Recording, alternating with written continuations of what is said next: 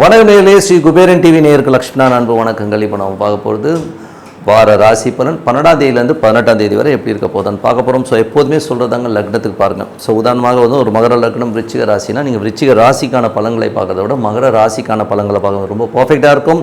முதல்ல வர்றது பொது பலன்கள். ஸோ அதுக்கப்புறம் நமக்கு டிப் ஆஃப் த வீக் வருது எதிரிகள் பிரச்சனைகள் இல்லை இருக்கிறவங்களுக்குலாம் வந்து ஒரு சூப்பரான ஒரு டிப்பு மறக்காமல் பாருங்கள். மிதுன ராசி. ஸோ மிதுன ராசிக்கு வந்து பார்த்தீங்கன்னா உங்களுக்கு ராசி அதிபதி புதன். ஸோ புதன் வந்து இப்போ மேஷத்தில் வந்து கேதுடைய சாரத்தில் நல்ல ஒரு 11ஆம் இடம்ங்கிறது ஒரு நல்ல சிறப்பான இடம் தான். ஸோ அதில் வந்து எந்த வித மாற்றம் இல்லை. பட் இருந்தாலும் கேதுடைய சாரில் போய் கேது 4 இருக்கும்போது தாயாரோட உடல்நலம் சம்மந்தமான விஷயம் சின்னதாக ஒரு ட்ரீட்மெண்ட் இருக்கிறதுக்கான வாய்ப்பு நிறைய இருக்குது. ஏன்னா கேது சம்மந்தமான மாதிரி அந்த மாதிரி விஷயங்கள் இருக்கும்.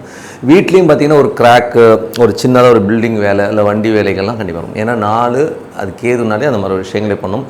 அப்படி இல்லைன்னா ஏதாச்சும் சின்னதாக ஒரு வழக்குகள் வீடு சம்மந்தமான விஷயங்கள்லையோ ஏதோ ஒரு டென்ஷனை கொடுக்கும். அதனால் கொஞ்சம் வண்டி வாங்கணும் யோசிக்கும்போது ஃபைன் அடிச்சிடுவாங்க போலீஸு. ஸோ அதனால் கொஞ்சம் தஸ்தாவேஜுகள்லாம் வந்து கொஞ்சம் பர்ஃபெக்டாக வச்சுக்கிறது ரொம்ப ரொம்ப நல்லது. அதனால் வந்து பெனால்ட்டி வரதுக்கான வாய்ப்புலாம் கொஞ்சம் கவனமாக பார்த்துங்க. லாபம் வருமானா லீகல் சம்மந்தமான விஷயங்கள், ட்ரீட்மெண்ட் கொடுக்குற டாக்டர்ஸ், அந்த மாதிரி வந்து பேப்பர் ஒர்க் பண்ணுறவங்கலாம் வந்து நல்ல லாபம் வரதுக்கான வாய்ப்பு ரொம்ப நல்லா இருக்குது. அதெல்லாம் ரொம்ப சூப்பராக இருக்கும். அதுக்கப்புறம் பார்க்கும்போது 2ஆம் அதிபதி. ஸோ 2ங்கிறது வந்து வருமானங்களை சொல்லும், உங்கள் குடும்பத்தை பற்றி சொல்கிற இடம். ஸோ அது வந்து ரொம்ப நல்ல விஷயம், நல்ல ஏற்றங்கள்லாம் வரதுக்கான இடம் ரொம்ப நல்லாயிருக்கு. வந்து வியாழன் வெள்ளி கிழமைகளில் வந்து சந்திராஷ்டம காலகட்டத்தில் கொஞ்சம் வந்து ஒரு மன ஸ்ட்ரெஸ்ஸையோ டென்ஷனையோ உருவாக்கும். அந்த காலகட்டத்தில் மட்டும் கொஞ்சம் பார்த்து நடந்துக்கிறது ரொம்ப ரொம்ப நல்லது. அதுக்கப்புறம் 3. ஸோ 3ம் போதே வந்து உங்களுக்கு முயற்சிகள் இளைய சகோதரம் சம்மந்தமான விஷயங்கள்லாம் சொல்லும். ஸோ தம்பி சம்மந்தமான விஷயங்கள் வந்து 3ஆம் இடம் தான் சொல்லும். ஸோ இதில் வந்து பார்த்திங்கன்னா 3ஆம் இடம் சூரியனும் வந்து இப்போ வந்து 11 இருக்கும்போது நல்ல லாபம், நல்ல ஏற்றம், நல்ல ஒரு சூப்பராக இருக்கும். தொழிலில் வந்து ஒரு பெரிய உங்கள் முயற்சிகள் வந்து பெரிய வெற்றி வர்றதுக்கான வாய்ப்பு ரொம்ப சூப்பராக இருக்குது. ஸோ அதெல்லாமே வந்து ரொம்ப ஃபண்டாஸ்டிக்காக இருக்கிறதுக்கான வாய்ப்பு ரொம்ப நல்லாயிருக்கு. இதில் வந்து அந்த முயற்சிகள் வந்து கவர்மெண்ட் செக்டாரில் ஏதாச்சும் வந்து நீங்கள் எதிர்பார்த்தீங்கன்னா கண்டிப்பாக கிடைக்கிறதுக்கான வாய்ப்பு ரொம்ப நல்லாயிருக்கு. ஸோ அதெல்லாமே ரொம்ப சூப்பராக இருக்குது. அதுக்கப்புறம் பார்க்கும்போது உங்களுக்கு 4ஆம் அதிபதி முதல்ல 4 கேது இருக்கும்பொழுது ஏதாவது இடம் பார்க்குறீங்கன்னா கொஞ்சம் நீல வாக்கில் அமையும். அம்மாக்கிட்ட பேசும்போது கொஞ்சம் வெடுக்குன்னு பேசுகிறமான விஷயங்கள்லாம் இருக்கும். அது சூரியனோட சாரத்தில் இருக்கும்போது கொஞ்சம் வந்து அந்த அடமன்சியும் கொஞ்சம் ஜாஸ்தியாக இருக்கும். கொஞ்சம் விக்ரஸாக பேசுகிறது இந்த மாதிரி விஷயம்லாம் இருக்கும். கொஞ்சம் ஜாக்கிரதையாக ஹேண்டில் பண்ணணும், வேறு வழி கிடையாது. ஸோ அதுக்கப்புறம் உங்களுக்கு வந்து இருக்கிற விஷயங்கள் தான் 5ஆம் அதிபதி. ஸோ 5ங்கிறது குழந்தைகள் சம்மந்தமான விஷயங்கள், ஆன்மீகம், பூர்வீகம் சம்மந்தமான விஷயங்கள்லாம் சொல்லும். ஸோ 5ஆம் அதிபதியான சுக்கிரன் வந்து பார்த்திங்கன்னா உங்களுக்கு 10ல் இருக்கும்போது தொழில் ரீதியான விஷயங்களில் பெரிய வாய்ப்புகள் இருக்கும். கலைஞர்களுக்கு வந்து பெரிய வாய்ப்புகள், பெரிய பணம் வரதுக்கான வாய்ப்புலாம் ரொம்ப நல்லாயிருக்கு. தொழிலை இன்வெஸ்ட்மெண்ட் பண்ணி பண்ணுறவங்க மட்டும் கொஞ்சம் ஜாக்கிரதையாக இருக்கும், கொஞ்சம் கேர்ஃபுல்லாக இருக்கணும். ஏன்னா கொஞ்சம் அகலக்கால் வைக்கிறது ரொம்ப ரொம்ப தப்பு. நமக்கு அந்த மாதிரி ஆள்லாம் வருவாங்க. ஸோ அதனால் கொஞ்சம் பார்த்து ஹேண்டில் பண்ணுறது ரொம்ப ரொம்ப நல்லது.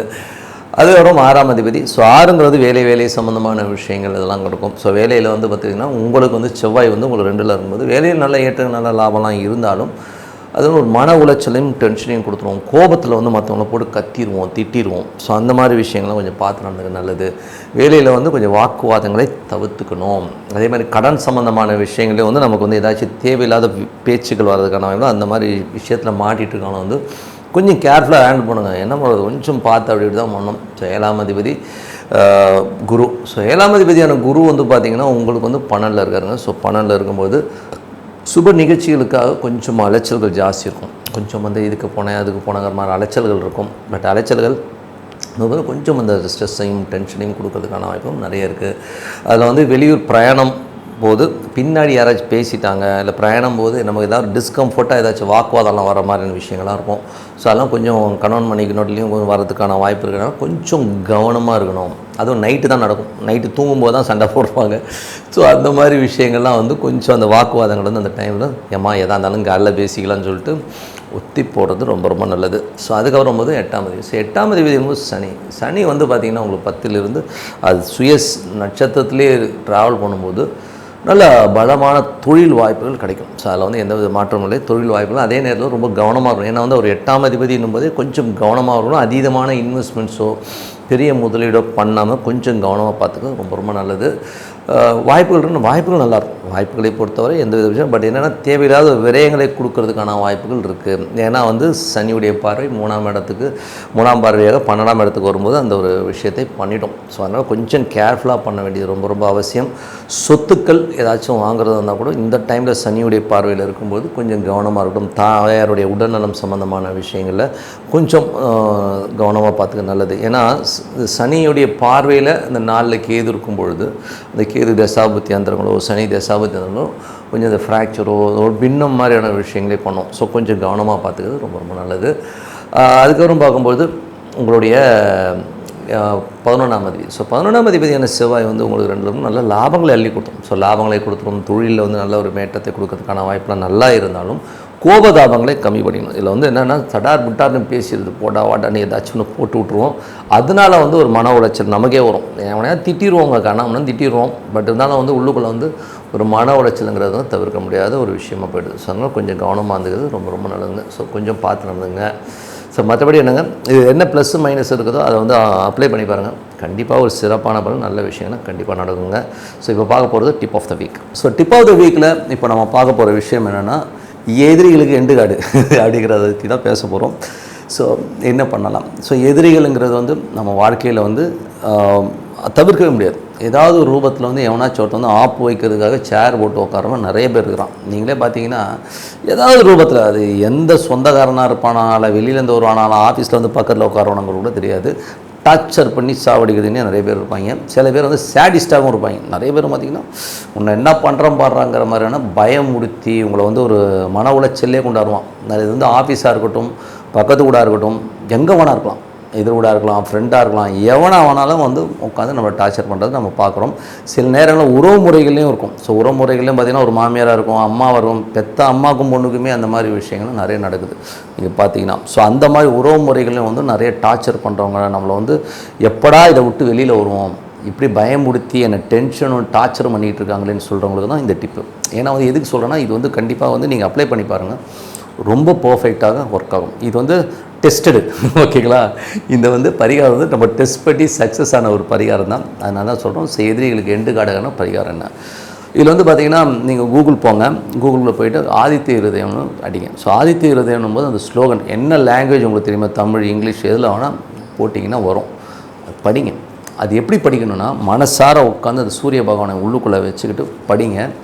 படிக்கும்போது என்ன ஆகுனாங்க, அது ஒரு தனி வைப்புங்க. நீங்கள் வந்து அது வந்து அந்த மந்திரம் வந்து நீங்கள் ரொம்ப சாதாரணமான மந்திரம்னு நினச்சிக்காதீங்க. அது வந்து அகஸ்தியர் வந்து ராமருக்கு உபதேசித்த மந்திரம். யாரை எதிர்க்கிறதுக்கு தெரியுங்களா? ராவணனை. ஒரு ராவணனை எதிர்க்கிறதுக்கு ராமர் போருக்கு போகிறதுக்கு முன்னாடி ஆதித்யன், அதாவது சூரியனை வச்சு அகஸ்தியன் வந்து பிரயோகப்படுத்தி இந்த மந்திரத்தை சொல்கிறாமா அப்படின்னு சொல்லி ராமனுக்கு அகஸ்தியன் அருளிய மந்திரம் தான் இது. அப்போ எவ்வளோ பவர்ஃபுல்லாக இருக்கும் பாருங்கள்.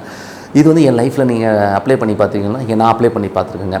எப்படின்னா, நான் ஒரு காலகட்டத்தில் வந்து நான் ஒரு கடை வச்சுருந்தேன். எனக்கு எதிர்க்க ஒரு ஆள் இருந்தாருங்க. அவர் வந்து என்னை ரொம்ப டார்ச்சர் பண்ணிட்டார். டார்ச்சர்னால் கொஞ்சம் நஞ்ச டார்ச்சரில் ரொம்ப ஸ்ட்ரெஸ் ஆகிட்டு இருந்தார். ரொம்ப ஒரு மாதிரி நம்மளை ஒரு பெரிய ஒரு மன உளைச்சலே கொண்டு வர மாதிரி சுச்சுவேஷனில் இருந்தது.